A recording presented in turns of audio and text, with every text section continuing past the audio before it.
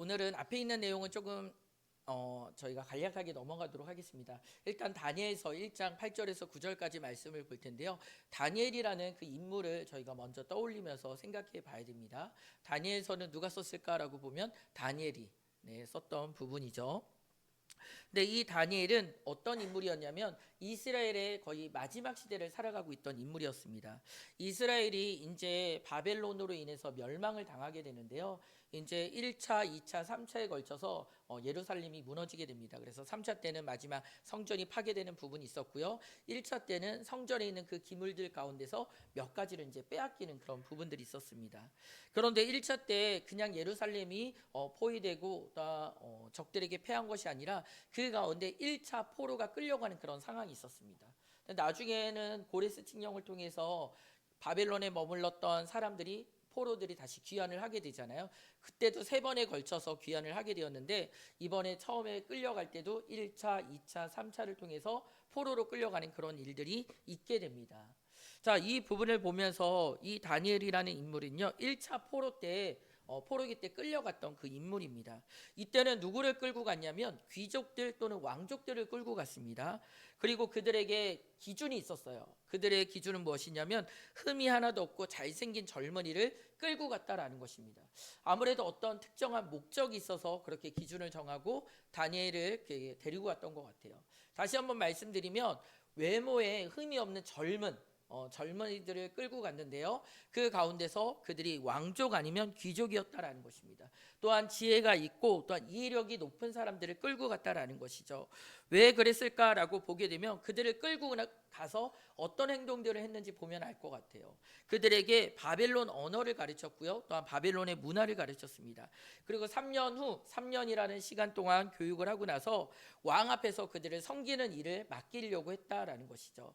한마디로 이스라엘의 엘리트, 외적으로나 내면적으로나 지식적으로나 흠이 없는 사람들을 데리고 와서 바벨론의 그 교육들을 가르친 다음에 그들을 자신 왕의 앞에 신하로 세우려고 했다라는 것이죠.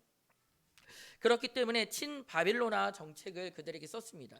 우리나라도 보면 국비 유학을 이렇게 보내는 경우들이 있잖아요. 그러면 굉장히 그 나라의 문화와 또한 언어를 배우면서 굉장히 좀 친근하게 이렇게 다가가는 부분들이 있습니다. 이런 부분들을 보면서 아무래도 그 다니엘과 1차 포로로 끌려갔던 사람들을 아마 친바벨로나 시켜가지고요. 나중에 그들을 잘 활용하리라라고 생각했던 것 같아요. 그때 다니엘만 끌려간 것이 아니라 다니엘의 친구라고 불리는 하냐냐, 미사엘, 아사랴라는 그 인물들도 끌려가게 됩니다. 근데 이들의 이름이 바뀌게 돼요.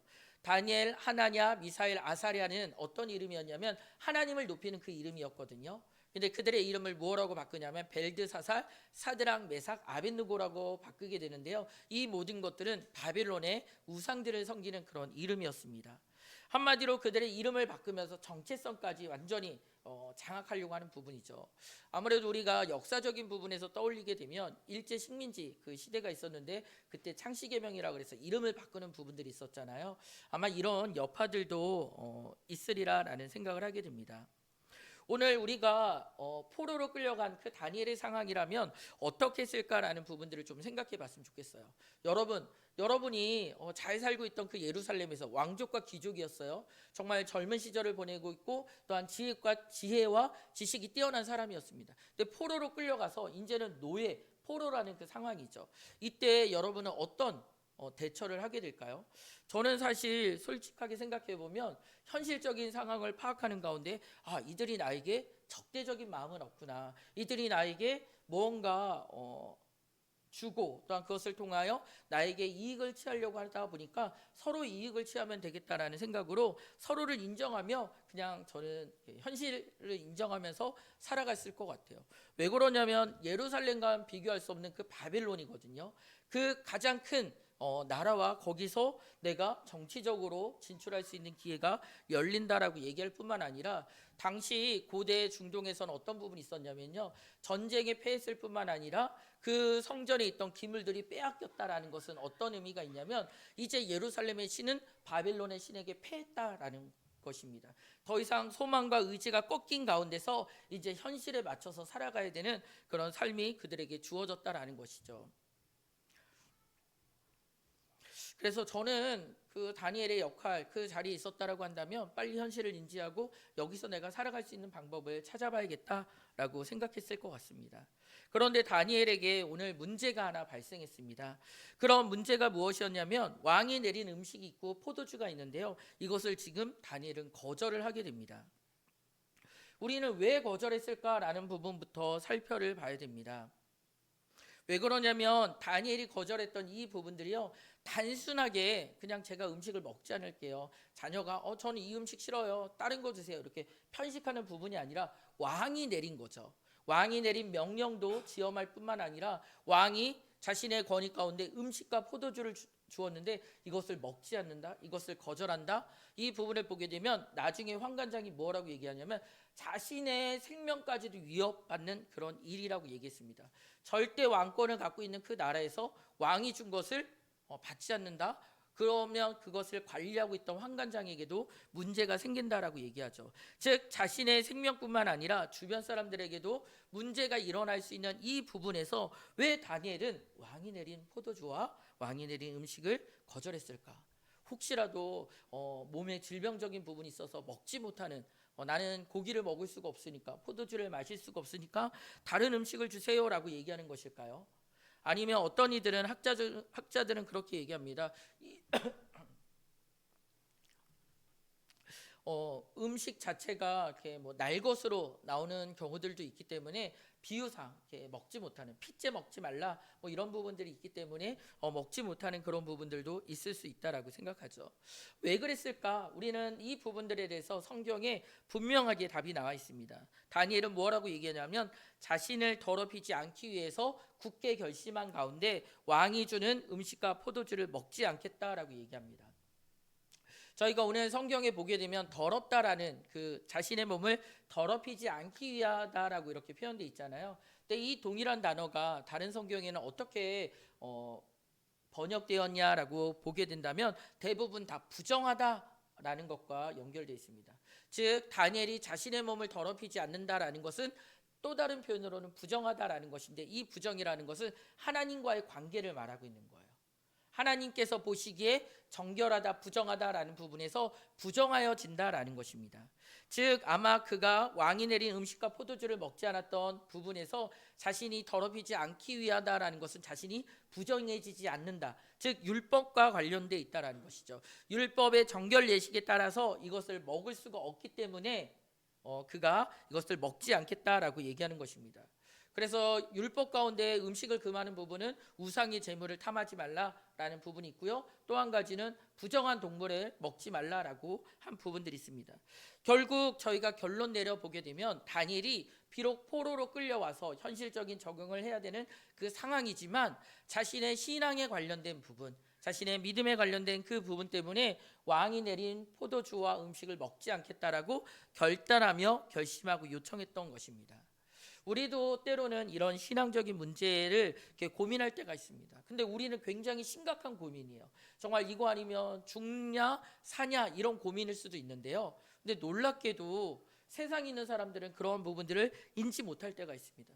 제가 오늘 주일이라서 예배 드려야 됩니다 라고 얘기하면 우리는 주일이니까 하나님 앞에 구별하여 예배 드리러 나아가는구나 라고 생각하지만, 세상에 있는 사람들은 그냥 다른 날 예배 드리면 되지 않아? 안 그러면 다른 곳에서 예배 드려도 되지 않아? 이렇게 편하게 얘기하는 경우들이 있죠. 어떤 분이 이제 장사를 시작했다라고 생각해 보세요. 그런데 대부분 주말 장사예요. 음식을 팔고 또한 내가 그 음식을 팔아서 남는 이익과 이윤이요, 주말에 대부분 50%가 넘는다라고 생각을 해보세요. 그리고 평일날 한 50% 된다라고 생각하면 지금 이 사람에게는 주일날 문을 열지 않으면 적어도 25% 정도의 손해가 계속해서 있게 된다라는 것입니다. 우리는 주의를 지키기 위해서 오늘 이 사업터를 열어야 되는지 안 그럼 열지 말아야 되는지 이 부분에 대해서 고민한다라고 했을 때 믿지 않는 사람들은 당연히 열어야 되는 거 아니냐, 차라리 평일날 너가 며칠을 더 쉬고 그때 일해서 더 많은 수익을 얻는 것이 훨씬 더 낫지 않느냐라고 얘기하는 경우들도 있습니다. 정말 친한, 정말 어려서부터 친한 친구가 결혼을 한다라고 얘기하는데 주일 안 그러면 신앙적인 부분과 겹치는 그런 일들이 있을 수 있겠죠. 예전에 제가 그 대학생들을 이렇게 설문조사했을 때 가장 가기 원하는 그 과가 의예과라고 합니다. 이제 의사가 되기 위해서 그 의예과 진학을 원하는데 만약 뭐 원광대나 안 그럼 동국대나 그런 데서 그런 과로 진학할 수 있다거나 안 그러면 거기서 내가 교수직이나 여러 가지 직업을 선택할 수 있는데 물론 그 가운데서 신앙적인 부분 때문에 부딪혀야 되는 그 순간들이 일어나게 된다라고 한다면 세상에 있는 사람들은 단 하나 고민하지 않지만 우리는 계속해서 생각하고 고민하고 걱정하고 근심하게 돼요. 우리는 그 가운데서 어떤 선택과 어떤 기준을 따라서 이 결과들을 선택을 해야 될까라고 보게 되면 여러분은 어떤 선택을 하시겠어요? 저는 여러분에게 자신 있게 말씀드립니다. 여러분에게 가장 유익 있는 선택을 하시라라고 말씀드리고 싶습니다. 여러분이 어떤 대학에 진학, 어떤 직장의 선택, 안 그럼 때로는 사업을 하신다라고 했을 때 친구와의 그 관계가 있다라고 얘기했을 때 여러분에게 더 무엇이 유익인지 정말 계산적으로 생각해 보시고 그것을 꼽아보라고 말씀드리고 싶습니다. 저도 이제 공대에서 굉장히 이제 수학적인 부분, 계산적인 부분을 좋아하거든요. 그래서 이것이 효율적으로 나에게 어떤 유익이 있을까, 이익이 있을까 끊임없이 따라봅니다. 그래서 저는 여기 예배당 청소할 때도요, 동선을 최소의 시간과 최소화, 그리고 그것도 그냥 하기가 시간이 아깝다라고 생각해서 때로는 찬양이나 안 그럼 좋아하는 강의를 틀어놓고 들으면서 이렇게 정돈을 해요. 그래서 저만의 그 루틴과 동선이 있습니다. 마치 로봇 청소기가 이 자리에서 최소의 그 동선으로 움직이는 것처럼 인간 로봇으로 저만의 이렇게 루틴으로 차착차착 움직여요. 저는 그거를 굉장히 좋아하는 편입니다. 저는 목회자로서도 여러분에게 자신 있게 말씀드립니다. 여러분에게 정말 무엇이 유익한지 계산해 보시고 손꼽아 보시고 결정하시라고 말씀드리고 싶습니다. 다니엘의 선택은 철저하게 자신의 이익이 무엇인지 알고 가장 유익된 부분을 선택했습니다. 왜 그것이 그에게 가장 유익될까? 우리는 부분을 살펴볼 수 있습니다.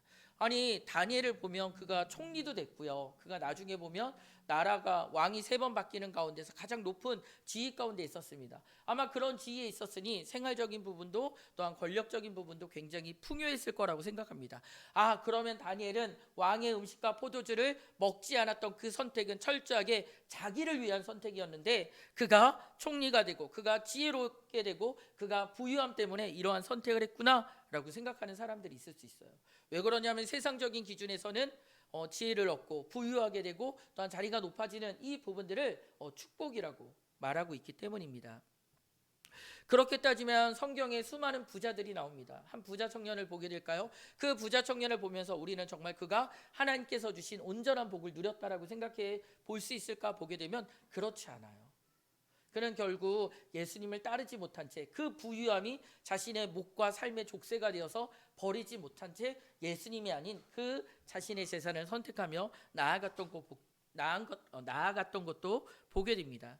바리새인들은 어떨까요? 그 당시 자신들의 의를 버리지 못한 채 자신의 의를 주장하면서 예수님께서 허락하신 참된 의를 누리지 못한 그 모습들을 저희도 보게 되는 것이죠. 우리는 다니엘이 자신을 더럽히지 않기로 선택한 그 결심, 그것이 자신에게 유익된다라는 것을 분명히 알고 있는데요. 그런 유익은 세상이 말하는 그런 유익이 아닙니다. 어떤 총리가 지혜가 부유하게 되는 그런 부분들이 아니라는 것이죠.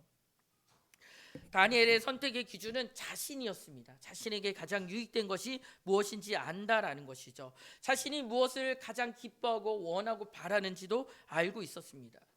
지금 예루살렘에서 성전의 기물이 빼앗기는 그 장면을 함께 보며 쫓아가는 다니엘, 그 다니엘이 기뻐하며 소망했던 것은 무엇일까요? 거기서 내가 잘 살아야지, 내가 거기선 아프지 말아야지, 거기서 좋은 배우자를 만나야지, 내가 거기서 좋은 직장을 선택해야지, 그 부분일까요? 다니엘은 그러한 부분이 아니었습니다. 다니엘은 그 무엇과도 바꿀 수 없는 것이 있었습니다. 그것은 바로 하나님이었다라는 것이죠. 그 하나님과 함께하는 것, 하나님의 기쁨이 되는 것, 하나님을 사랑하는 것, 그것을 간절하게 소망하고 원했다라는 것이죠. 다니엘은 철저하게 지혜로운 사람이었습니다. 그 지혜 가운데 가늠해 보면 이 세상 그 무엇도 하나님과 비교할 수 없다라는 것을 알게 되죠. 우리 천국은 마치라는 그 찬양을 보면 그렇잖아요. 천국은 마치 땅에 감추인 보화 막 해가지고 천국은 어떤 부분이냐면 보이지 않는데 그 값어치를 발견하는 상인이 보았을 때는 어떠한 값을 지불해도 이것을 차지하는 것이 훨씬 더 이익이고 유익이라는 것을 깨닫게 됐다라는 것이죠. 우리는 지금 이 순간 다니엘이 부정하게 된다라는 것을 왜 그렇게 죽음과 또한 생명과 삶에 걸쳐서 이것을 거절할 수밖에 없었는지 생각해 봐야 됩니다. 부정한 자는 하나님 앞에 설 수 없다라는 것이죠. 성전 미문에 앉아 있었던 그가 성전에 들어가지 못하는 이유는 무엇일까요? 그가 몸의 불편함 때문에 온전치 않아서 하나님 앞에 나아갈 수 없는 그 상황이 되었다라는 것이죠. 혈루병 여인이 그 부정한 가운데 다른 이들과 접촉하지 못하는 그 상황이었습니다. 그 부정한 여인이라고 불리는 그에게 가장 큰 어려움은 무엇일까요? 하나님 앞에 부정한 자는 나아갈 수 없다라는 것입니다. 하나님 앞에는 정결한 자만이 나아갈 수가 있습니다. 우리 스스로 우리가 진실되게 생각해 봐야 됩니다. 나에게 가장 큰 유익은 무엇일까? 나에게 가장 큰 소망은 무엇일까? 나에게 가장 위로가 되고 힘이 되는 것은 무엇일까라고 생각해 보면 나의 참된 유익은 바로 하나님이시며 그분께 나아가는 그 걸음을 선택하는 것이 나에게 가장 옳고 잘한 일이라는 것을 우리는 기억해야 된다는 것이죠. 놀랍게도 다니엘과 같은 시대에 살았던 에스겔이 이스라엘 백성들을 향하여 뭐라고 얘기했냐면 에스겔 4장 13절에 보게 되면 이방 땅에서 부정한 떡을 먹으리라 라고 얘기했습니다. 이 얘기는 무엇일까요? 예언적인 부분이죠. 앞서 일어날 일들에 대해서 얘기한 겁니다. 이스라엘 백성들이 포로로 끌려가서 그 땅에서 무엇을 먹는다고요? 부정한 떡을 먹는다라는 것이죠. 부정한 떡을 먹으면 부정한 것이 접촉되면 어떻게 될까요? 부정한 자가 됩니다. 부정한 자가 되면 하나님 앞에 나아갈 수가 없다라는 것이죠. 그러면 왜 포도주와 음식이었을까라고 생각해 보면 이것은 인간의 가장 기본적인 의식주 중에 먹는 부분이었습니다. 지금 의복도 아마 옷이 바뀌었겠죠. 이름도 바뀌었습니다. 생활 공간도 바뀌었습니다. 언어와 문화 이미 바벨론화가 되었습니다. 만약 부정한 것에 접촉된다라고 한다면 이미 그는 부정한 자가 되었을 거예요. 부정한 이방인과 접촉하고 이방인과 함께 지내고 이방인과 함께 생활하는 그 자리가 거룩해질 수밖에 없다라는 것이죠. 이미 그가 서 있는 공간 안에서 자신이 정결할 수 있는 방법은 아무것도 없습니다. 우리도 세상 가운데 마찬가지 아닌가요? 우리 아이들 이렇게 보게 되면 수많은 미디어와 또한 이런 이야기들이 너무나도 그들을 둘러싸고 있어요. 학교 안에서 세상 지식을 배우는 가운데서 하나님의 창조보다는 또한 그들이 진화와 또한 수많은 과학적인 지식을 통해서 신은 없다, 무신론자까지 올라가는 그런 일들이 수없이 반복되고 있습니다. 성에 대한 부분뿐만 아니라 그들의 생각과 삶, 직장을 선택하는 모든 부분에서 오염되었다라고 우리는 말할 수밖에 없습니다. 그러한 세상 가운데서 우리가 지킬 수 있는 것이 무엇이 있을까? 그렇게 모든 것이 부정해지고 모든 것이 바뀌고 모든 것이 바벨론화된 가운데서 다니엘이 목숨을 걸고 스스로 지킬 수 있는 것은 무엇이 있을까라고 생각하면 나의 생명밖에 없었어요. 내가 먹고 사는 문제로 이것을 결단하여 딜을 할 수밖에 없는 거였어요. 내가 먹지 않으면 내가 죽을 수밖에 없으니까 내 생명을 걸고 지금 환관장에게 부탁하고 나아간다라는 것이었습니다.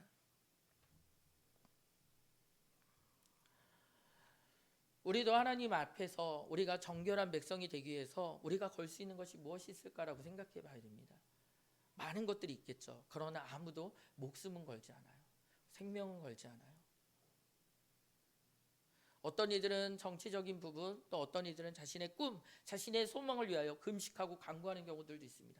그런데 내가 하나님 앞에 정결한 자로 살아가기 위해서 하나님 앞에 온전한 그릇으로 쓰임받기 위해서 내가 금식하고 기도하고 간구하고 내 생명을 걸고 있느냐, 우리는 이 부분들을 생각해 봐야 됩니다. 우리는 수없이 수많은 믿음의 선진들을 보았습니다. 그 믿음의 선진들의 모습들은 어땠을까요? 그들은 오직 이 예배를 드리기 위해서 자신의 생명을 걸었습니다. 오직 하나님을 온전히 고백하고 이름을 부르짖기 위하여 그 생명을 걸고 나아갔다라는 것입니다. 우리는 다시 한번 다니엘이 어떤 인물인지 살펴보기를 원합니다. 아까 다니엘은 외적으로 보게 되면 젊은이였고 또한 지식과 외적으로 흠이 없는 왕족 아니면 또는 귀족이라고 얘기합니다. 그런데 다른 이들이 보는 다윗은 어떤 모습일까요? 다니엘 6장 5절에서 10절 말씀을 제가 한번 읽어드리도록 하겠습니다. 다니엘 6장 5절에서 10절 말씀입니다.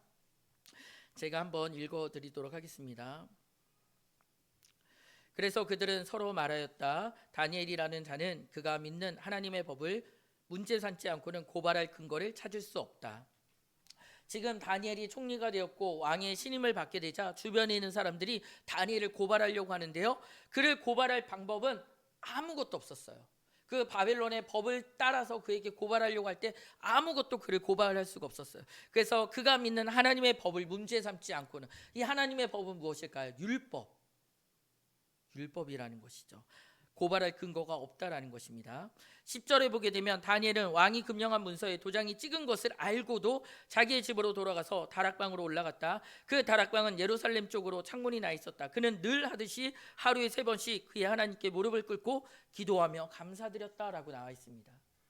이 6장 10절에 나와 있는 부분은 무엇일까요? 그런 하나님의 법으로 자신을 올무매어서 자기를 고발하려고 하는 상황이 있었는데요. 놀랍게도 다니엘은 늘 그렇게 하듯이 예루살렘을 향하여 창문을 향하여 예루살렘 쪽 그 창문을 향하여 하루에 3번씩 기도했다라는 것이죠. 늘 그렇게 했다라는 것은 무엇일까요? 과거에도 지금도 앞으로도 그렇게 하겠다라는 것입니다. 즉 다니엘은 포로로 끌려와 있는 그 순간에도, 왕의 음식을 먹으면 부정해지는 그 순간에도 자신은 하나님 앞에 계속해서 간구하고 기도하고 있었다라는 것이죠. 자, 그럼 부정한 음식이 주어지고 그것을 먹어서 자신이 부정해지면 하나님 앞에 간구하고 기도하며 나아갈 수 있을까요, 없을까요? 없죠. 그러니까 그가 선택했던 것은 내가 오늘 먹지 않는다고 할지라도, 내가 이 일로 어떤 피해와 어려움을 겪는다라고 할지라도 그가 선택하고 소망하고 바랐던 것은 이 한 시간이라도, 이 하루라도 온전히 주님과 함께 정결한 가운데 교제하고 싶다라는 것입니다. 늘 그렇게 주님과 교제하며 다니엘은 살고 고백했습니다. 우리의 소망과 우리의 삶은 무엇을 바라고 쫓아가고 있는지, 어떤 선택들을 하고 있는지 우리는 생각해 봐야 됩니다. 세상에 있는 사람들은 그런 얘기를 하는 경우들이 있어요. 넌 당신은 믿는 자입니까? 라고 얘기하는데 그 믿는 자의 기준이 사람 앞에서, 삶 앞에서, 때로는 문제 앞에서 수시로 변하게 된다라고 한다면 그것은 온전한 신앙이라고 할 수가 없습니다. 우리는 시대 앞에서도, 사람 앞에서도, 삶 앞에서도 우리는 변함없는 진리를 붙들고 진리 대신 예수 그리스도를 따라서 하나님 앞에 예배하는 자이기 때문에 이전에 성령께서 역사하신 그 은혜를 오늘과 앞으로도 동일하게 누리는 하나님의 백성이기 때문에 우리는 변함없는 가운데 진실되게 하나님을 따르며 나아가야 된다는 것이죠. 이전의 모습이 중요한 부분이 아닙니다. 지금 이 순간 내가 하나님과 어떠한 관계, 어떠한 만남, 어떠한 걸음 가운데 나아가고 있는지 우리는 스스로를 되돌아보며 생각해 봐야 된다는 것이죠. 다니엘이 스스로 더럽힐 수가 없었던 것은 자기가 부정해지면 하나님 앞에 나아갈 수 없기 때문입니다. 하나님께 은혜와 사랑을 구할 수 없기 때문이었다라는 것이죠. 그는 그곳에서 바벨론의 이름으로 벨드사살로 불리기도 했고 또한 여러 그 상황들이 있었지만 그 가운데서도 여전히 하나님의 백성으로 살아가기를 원했다라는 것입니다.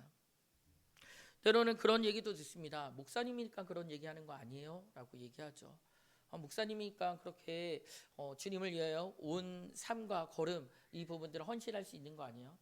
직장생활 해보신다라고 한다면, 대학생활 해보신다고 한다면, 지금 저희 친구들 무리에 목사님이 낀다라고 얘기한다면 정말 그렇게 결단하고 살 수 있을까라고 얘기하기도 합니다. 저도 정말 그럴까라고 생각해 보면 때로는 넘어지고 쓰러진 경우도 있었습니다. 그런데 중요한 순간마다 내 힘이 아닌 하나님께서 은혜 주시는 가운데 내 마음을 붙들어주는 그런 부분들도 있었습니다. 오랜 시간 친하게 지냈던 그 친구들과의 그 관계가 더 중요하게 여겨지는 것 같지만 그들보다 하나님이 더 크고 놀랍고 나를 사랑하신다는 걸 깨달아 하나님을 선택하고 결단한 부분들도 있죠. 그런데 놀랍게도 그 관계가 어그러지고 깨졌느냐라고 보게 되면 놀랍게도 하나님의 은혜 가운데 붙들어 주시고 위로해 주시는 경우들도 보게 됩니다. 때로는 어떤 시험을 선택하는 부분들도 있었습니다. 시험을 겪는 일들도 있었죠. 제가 대학교 때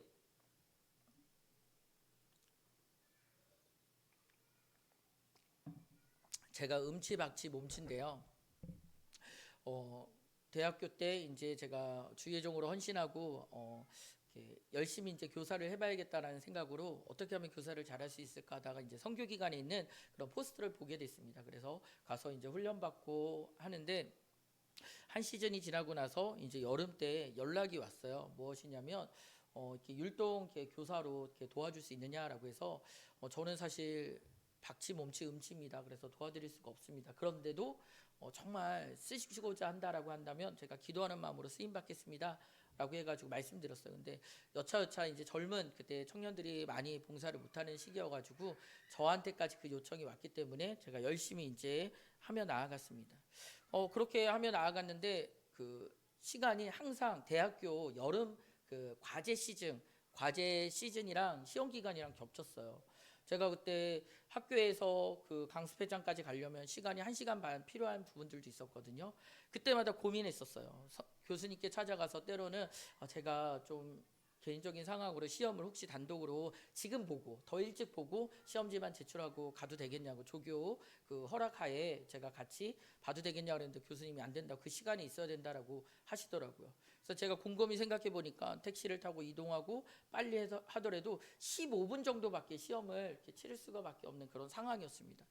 그래서 어떻게 하지라고 고민하다가 한 문제라도 더 풀고 나가면 그래도 성적이라도 좀 나을 텐데 그럼 여러 기회들이 더 생길 텐데라는 생각에 어떻게 해야 될까 하다가 그냥 15분 정도 제가 풀 수 있는 부분까지 다 풀었어요. 근데 앞뒷장이었거든요. 근데 앞장만 겨우 풀고 이제 15분 만에 내고 나아가는 상황이었죠. 주변에 있던 친구들이나 뭐 동기들이 형들이 막 얘기했어. 너 어디 나가냐고 지금 이거 중요한 전공 시험인데 그래도 되냐라고 이렇게 얘기한 부분들이 있었죠. 근데 그때 제게 주신 마음 가운데는 이제 그 부분의 빈자리를 다른 누가 채울 수 있는 상황이 아니었기 때문에 내가 가야 된다라는 그 마음이 있었습니다. 그래서 결단하고 나왔고 이제 잘 마무리됐습니다. 나중에 다음 날 와서 이렇게 시험 이렇게 부분을 물어보는데 모든 사람들이 공통적으로 얘기하는 게 뒷장이 너무 어려워가지고 뒷장을 뭐 1시간 반 붙들고 있었는데 푼 사람이 거의 없다라고 얘기하더라고요. 오히려 뒷장에 메어져 있어서 앞장에 나와 있는 그 문제들을 좀 이렇게 잘 못 푼 경우들도 있다라고 해서 놀랍게도 제가 점수가 그 가운데서 상위권에 올라가 있었습니다. 그리고 그렇게 제가 2년 반 동안 계속해서 매 시험 기간마다 그런 부분들 충돌이 있었거든요. 근데 놀랍게도 그때마다 다 장학금을 받고 나아갈 수 있도록 했다라는 것이죠. 곰곰이 생각해 보면 그냥 내가 잘 풀었나라고 생각해 보면 그렇지 않습니다. 모든 상황과 걸음들을 보게 되면 하나님의 은혜가 있었다라는 것이죠. 근데 또 다른 일도 있었어요. 또 다른 일은 무엇이었냐면 교양 과목이었고 그것은 이제 강습회와 관련이 없는 날이었기 때문에 앞에 시험이 어떻게 될지 몰라서 이것만큼은 내가 100점 맞고 싶다라고 생각이 들어서 강의실에서 계속해서 공부했어요. 공부하고 그리고 그 교수님과 이렇게 어떻게 보면 관계적으로 이렇게 친밀하지 않았기 때문에 교양 과목은 이 점수로 판단이 될 것 같다라고 생각돼서 정말 열심히 썼습니다. 그 열심히 쓰는 가운데서 이제 시험을 보러 들어갔어요. 그러니까 너무 그 술술 잘 풀리는 거예요. 막 풀다가 뭐 마지막 하나 이게 딱 걸리는데 이게 단어인데 생각이 안 나는 거예요. 분명히 내가 알고 있는 거고 봤는데 시간이 지나면 생각나겠다 싶어서 다 풀고 한 30분 안에 다 풀고 한 2시간 시험 과목이라 1시간 반 동안 그 한 단어를 떠올리기 위해서 이미지 트레이닝도 하고 연상도 하고 내가 그 책 보던 흐름을 따라가기도 했는데 정말 생각이 안 나는 거예요. 정말. 그래가지고 거의 모든 사람들이 나가고 마지막 시험 문제 그 붙들고 있다가 제출을 해야 된다라고 해서 시험지를 내고 나갔습니다. 근데 문을 딱 여는 순간 단어가 머리에 번쩍하고 떠오르는 거예요. 어땠을까요? 제 기분이. 이거 내가 만점 받을 수 있었는데 내가 이것만큼 했으면 내가 훨씬 더 안정권이 됐겠다라고 생각했는데 그래서 사실 다른 문제도 제가 봤을 땐 틀린 게 없었어요. 그 딱 하나 단어 하나 뭐 점수 차이가 뭐 많아봤자 얼마나 차이 나겠어요. 근데 그거 하나 틀렸다라고 기분이 굉장히 상해가지고요. 저희 그 시험장에서 교실에서 이제 도서관으로 다시 책가방을 가지러 올라가는 가운데서 기분이 너무너무 안 좋았어요. 너무 안 좋고 불평하고 원망하고 내가 그 생각 못했지 아쉬워하고 후회하고 그런 부분이 있었습니다. 그런데 계단을 이렇게 쭉 올라가다가 도서관 문은 입구 쪽에 왔는데 순간 내가 주의 일을 감당하는 가운데 그때는 좀 연차가 됐을 때였거든요. 몇 년씩 하다 보니까 처음에는 율동을 틀려도 이렇게 마음에 막 이거 어떻게 하지 막 떨리고 긴장됐는데 나중 되다 보니까 틀리면 그냥 그런가 보다 하고 이렇게 넘어갔어요. 이전에는 10시간 연습했다라고 한다면 나중에는 3시간만으로도 충분히 그 동작이 파악됐고 근데 나중에 하면 더 하겠지라는 생각으로 그렇게 넘어간 적도 있었습니다. 근데 주님께서 그 마음을 제 마음에 꺼내 주시는 거였어요. 작은 일이라도 주의 일들을 감당하면서 행했던 그 부분에 너가 동작 하나 틀린 것도 아쉬워하지 않더니 겨우 세상에 시험 문제 하나 틀린 거 이렇게 아쉬운 마음을 토로하느냐라는 생각이 들더라고요. 하염없이 부끄러워서 다시 그 도서관에 가서 말씀을 붙들고 하나님 앞에 기도하며 강구하는 시간을 가졌습니다. 우리가 생각하면, 세상이 생각하면 작은 거라고 여길 수 있어요. 근데 그게 하나님의 일이라고 생각해 보세요. 하나님의 것, 하나님의 일, 하나님께서 기뻐하신다라고 생각해 보면 이 세상에 그 어떤 것도 그것과는 비교할 수가 없다라는 것입니다.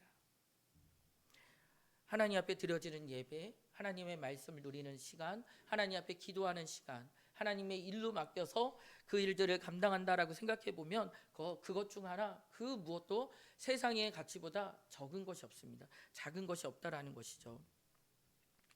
우리는 비록 신앙 때문에 많은 어려움과 고민 속에 살아갈 것입니다. 그런데 조금만 더 시간을 지나보면 초대교회 시간에 250년이란 그 깊은 박해 가운데 살았던 성도들과 비교해 보면 우리는 조금 더 여유로운 시간을 살 수도 있다라고 생각하게 됩니다. 물론 각자의 삶이 다 다를 수도 있겠죠. 그런데 그들은 그 힘든 가운데도 다니엘은 어떤 선택을 했는지 보면 자신에게 가장 유익되고 자신에게 가장 좋은 일을 선택했다라는 것입니다.